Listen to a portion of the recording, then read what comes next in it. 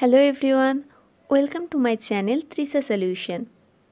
আজকে আমি তোমাদের সাথে আলোচনা করব ষষ্ঠ শ্রেণীর ভূগোল বইয়ের অষ্টম অধ্যায় বায়ু দূষণ।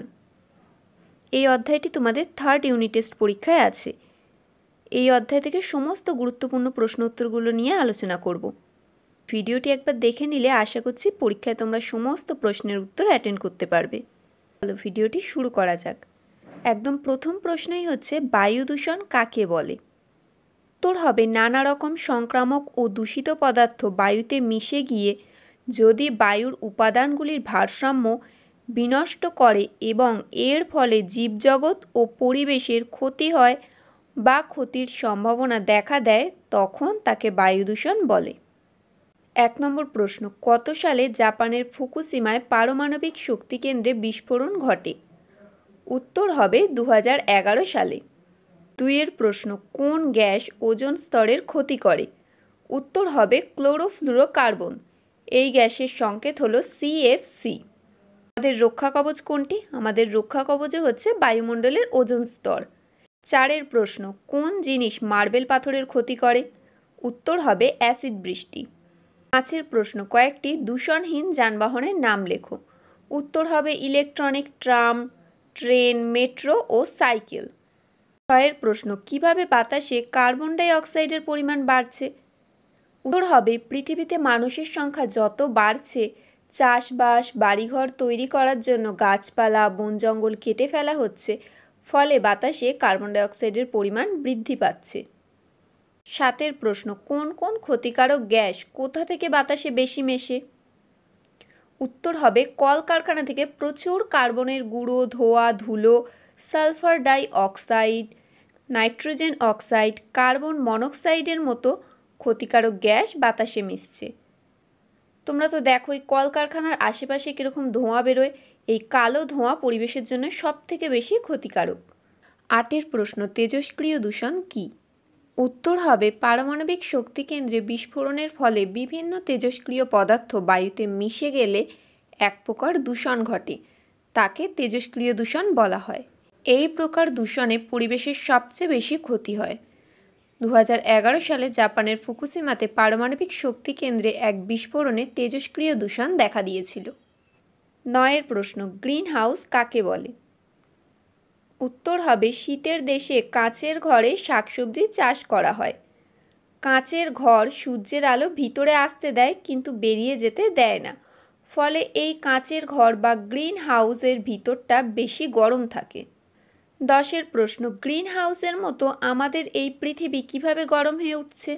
উত্তর হবে দিনের বেলা সূর্য থেকে যে তাপ পৃথিবীতে আসে, রাতের বেলায় তা ফিরে যায়। কিন্তু বাতাসে থাকা জলীয় বাষ্প, carbon die oxide, methane, nitrous oxide ইত্যাদি গ্রিন হাউস গ্যাসগুলি এই ফিরে যাওয়া তাপ কিছুটা শুষে নেয়, ফলে পৃথিবীর উষ্ণতা ধীরে ধীরে বৃদ্ধি পাচ্ছে। 11 প্রশ্ন, ওজোন স্তর কিভাবে ক্ষতিগ্রস্ত হচ্ছে? এর ফলে কি কি ক্ষতি হচ্ছে? উত্তর হবে বায়ুমণ্ডলের ওজোন স্তর আমাদের রক্ষা কবচ। এই স্তর সূর্যের অত্যন্ত ক্ষতিকারক অতিবেগুনি রশ্মির হাত থেকে সমগ্র প্রাণীজগৎকে রক্ষা করছে। বর্তমানে এই ওজোন স্তর বিপদের মুখে। ফ্রিজ, এসি, সুগন্ধি স্প্রে, রং থেকে নির্গত ক্লোরোফ্লুরোকার্বন গ্যাস ধীরে ধীরে ওজোন স্তরের ক্ষতি করছে। এছাড়াও দ্রুতগামী সুপারসনিক জেট বিমান, পারমাণবিক বিস্ফোরণ এইসব থেকে নির্গত নাইট্রোজেন অক্সাইড ওজোন স্তরের ক্ষতি করছে। এর ফলে ওজোন স্তর পাতলা হওয়ায় অতিবেগুনি রশ্মি পৃথিবীতে এসে পৌঁছাচ্ছে।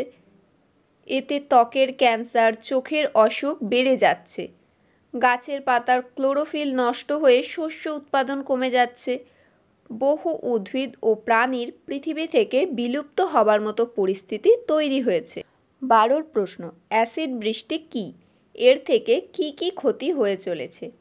উত্তর হবে বর্তমান পরিবেশের আরেকটি অন্যতম সমস্যা হলো অ্যাসিড বৃষ্টি। কলকারখানা, যানবাহন থেকে নির্গত carbon monoxide, carbon die oxide, sulphur die oxide, nitrogen oxide বাতাসের অক্সিজেন এবং জলীয় বাষ্পের সাথে মিশে অ্যাসিড তৈরি করে। বৃষ্টির সাথে এই অ্যাসিড মিশে থাকলে গাছপালা, নদী ও পুকুরের মাছ ও অন্যান্য জলজ প্রাণী, মার্বেলের পাথরের মূর্তি, সৌধ যেমন তাজমহল, ভিক্টোরিয়া ইত্যাদি ক্ষতি করে। বিদ্যুৎ চমকানো বা আগ্নেয়গিরির অগ্ন্যুৎপাত থেকেও এই ধরনের বিষাক্ত গ্যাস নির্গত হয়। 13 প্রশ্ন, আর্থ আওয়ার কী? উত্তর হবে 31শে মার্চ 2007 সালে অস্ট্রেলিয়ার সিডনি শহরের মানুষ রাত 8:30 থেকে 9:30 পর্যন্ত শহরের সমস্ত আলো নিভিয়ে রেখেছিল। বিশ্ব উষ্ণায়ন কমাতে বর্তমানে প্রায় 85টা দেশের 1000টা শহরের মানুষ ওই দিনটায় 1 ঘন্টার জন্য আলো বন্ধ করে রাখে। ওই সময়টি আর্থ আওয়ার নামে পরিচিত। নেক্সট কোশ্চেন হবে বায়ু দূষণের কারণ। এটা আর আমি আলাদা করে লেখালাম না, তোমাদের বইতেই খুব সুন্দরভাবে দেওয়া আছে। বায়ু দূষণের কারণ কী কী? জনসংখ্যা বৃদ্ধি, অগ্ন্যুৎপাত, বৃক্ষচ্ছেদন, নগরায়ন, দাবানল, শিল্পায়ন, ধূলিঝড়, সার ও কীটনাশকের ব্যবহার, যানবাহনের ধোঁয়া এবং বিস্ফোরণ। আর পরবর্তী প্রশ্ন হবে বায়ু দূষণের ফলাফল। বায়ু দূষণের ফলে বায়ুমণ্ডলের উষ্ণতা বৃদ্ধি পায়, ধোঁয়াশা দেখা দেয়, অ্যাসিড বৃষ্টি হয়, শ্বাসকষ্ট, হাঁচি ও কাশি হয়। পরবর্তী প্রশ্ন, বায়ু দূষণ কমাতে আমরা কি করতে পারি? উত্তর হবে প্রাইভেট গাড়ির বদলে বাসে বা ট্রেনে বেশি যাতায়াত করলে বায়ু দূষণের পরিমাণ কমানো যায়। Electronic train, tram, metro, cycle ইত্যাদি ব্যবহার করলে বায়ু দূষণ অনেকখানি কমানো যাবে। বেশি পুরনো প্রযুক্তির ইঞ্জিনযুক্ত গাড়ি ব্যবহার করা উচিত নয়। তাই বর্তমানে গাড়িগুলোতে উন্নত প্রযুক্তিতে তৈরি কম দূষণকারী ইঞ্জিন ব্যবহার করা হয়। নেক্সট পয়েন্ট হবে কলকারখানা বা শিল্পকেন্দ্রগুলো লোকালয় থেকে দূরে তৈরি করা উচিত। এগুলো থেকে নির্গত বর্জ্য পদার্থগুলিকে পরিশোধন করা উচিত। ছোট চারাগাছের বদলে প্রয়োজনে বড় গাছ কাটা উচিত। যেসব রাস্তায় বেশি যান চলাচল করে সেখানে রাস্তার দুপাশে বেশি করে গাছ লাগানো উচিত।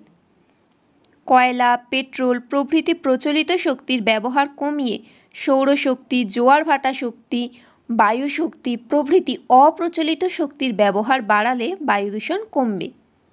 আজকের ভিডিওটি এখানেই শেষ করলাম।